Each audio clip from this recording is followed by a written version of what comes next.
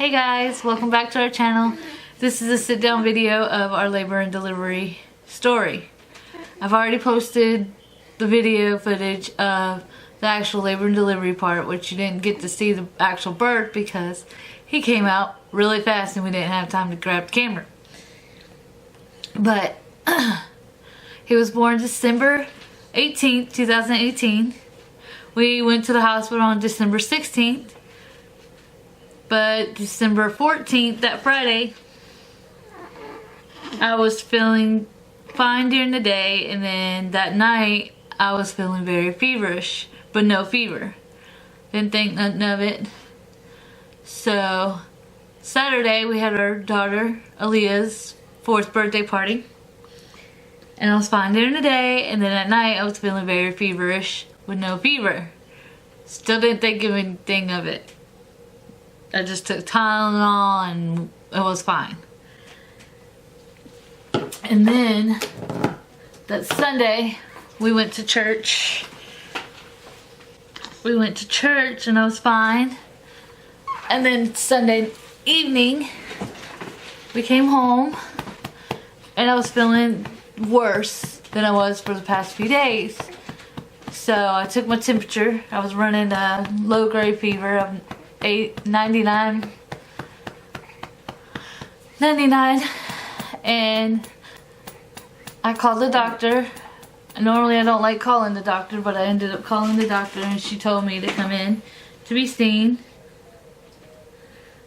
Anyways, to make sure everything was alright, because I had a heaviness in my chest. I was 37 weeks pregnant and uncomfortable, so I was thinking that's what it was, you know. Because I've been pregnant before and all that stuff. So I ended up going in.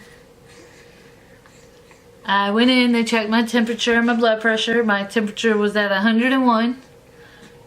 And my blood pressure was 150 something over 90 something. So they were concerned about that.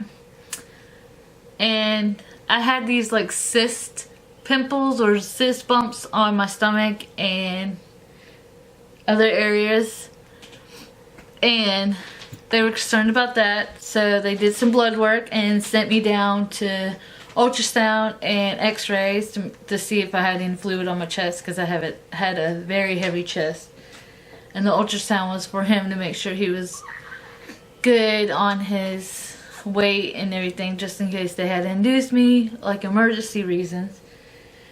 And so I went from triage to downstairs, and then I come back upstairs. They take me to labor and delivery. I go back into the room, and there's my husband and Mr. Mike, and my husband Chris said, they said that I have a really bad infection, and they're going to keep me for a few days, and we're not leaving without a baby. So it didn't hit me that we were going to have a baby in the next few days. So they get me all hooked up to IVs and running some more blood. My platelets were low. I ended up having HELLP syndrome, which is a form of preeclampsia, but it doesn't always have high blood pressure. It can attack your liver and kidney, and make your platelets drop. Mine dropped like really low.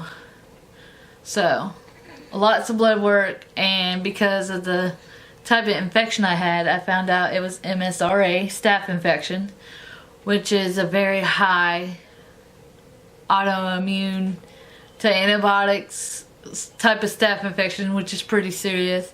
And if I didn't go into the hospital when I did, I would have died from that, because it was so close from it was so close to going into my bloodstream.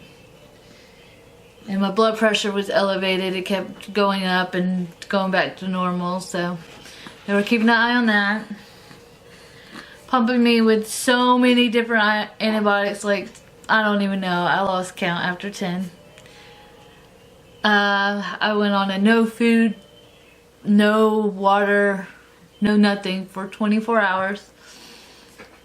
And that was just crazy. It was awful. I don't wish that on nobody. And they let me eat for once. And then after I was on antibiotics for 24 hours, they put a balloon in my cervix and Cytotec to open up my cervix and thin it out so I could be induced. Well, they did that, and then the contractions started. Very painful contractions. And then they estimated the balloon to fall out in about 9 to 12 hours. If it didn't fall out by 12 hours, they would have had to take it out. But mine fell out at almost 4 hours after being put in, which was awesome. And then after it fell out, I can't remember the time, but a few hours later my water broke on its own. I think it was at 12 my water broke. Around 12 something my water broke. And then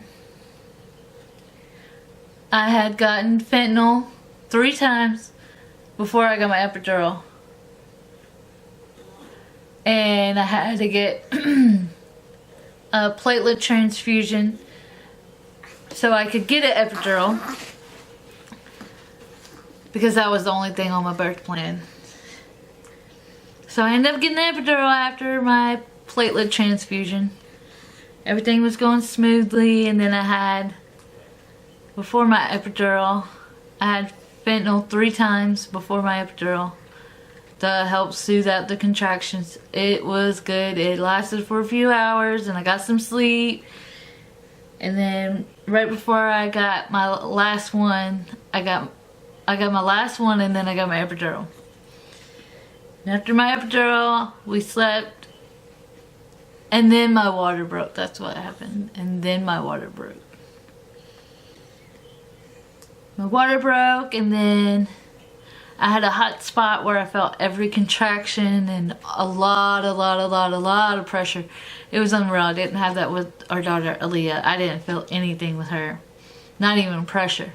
With him, I felt a lot of the contractions, like every single contraction, all the pressure.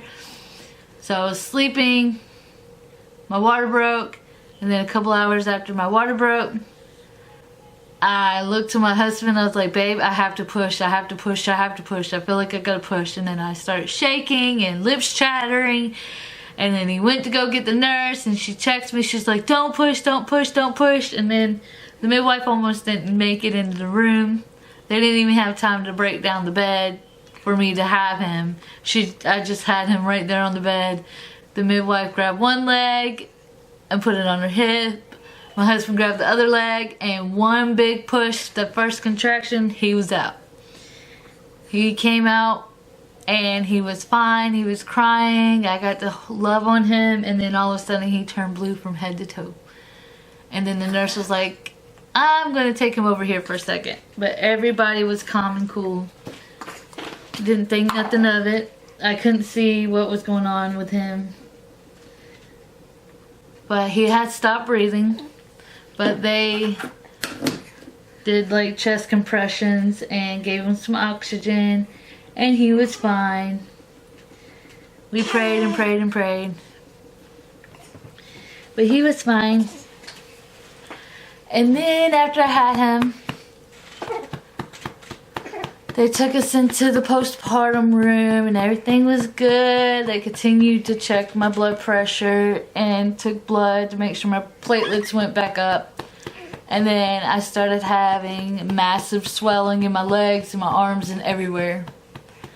And I ended up having preeclampsia after I had him. Like during the labor process, and then after having him, I had preeclampsia and HELLP syndrome. And then they were continuing to monitor my urine and testing it and all that stuff, and monitoring my blood, because I ended up having kidney failure. My right kidney wanted to quit on me. But thank God, with all the prayers, my kidneys are fine. They are functioning at a 95%, like for my age is perfect. Right before I left the hospital, my creatine was at a 2.8, and that's not good. And then now they're at a 0.8, which is perfect. And so yeah, and we got to take him home on the 22nd of our daughter Aaliyah's 4th birthday. He was 6 pounds, 13 ounces when he was born, 20.5 inches long. Born at 27 weeks and 2 days. And I wouldn't change it for the world. He is such a good baby. So yeah, thank you guys for watching. Please like and subscribe and share this video if you would. I would like to bring more awareness to HELLP syndrome. It is very serious, and it's very, it's not noticeable until maybe your 2nd or 3rd trimester. Mine didn't show up until with Aaliyah, it didn't show up until after I had her. And him, it showed up right when I was in labor. The only sign I had was my platelets were low. And then this, with him, I had protein in my urine. So they kept an eye on that. So yeah. HELLP syndrome is serious, and I almost died from it with him. So I'm very thankful to be here. And thank you guys for watching. And we'll see y'all later.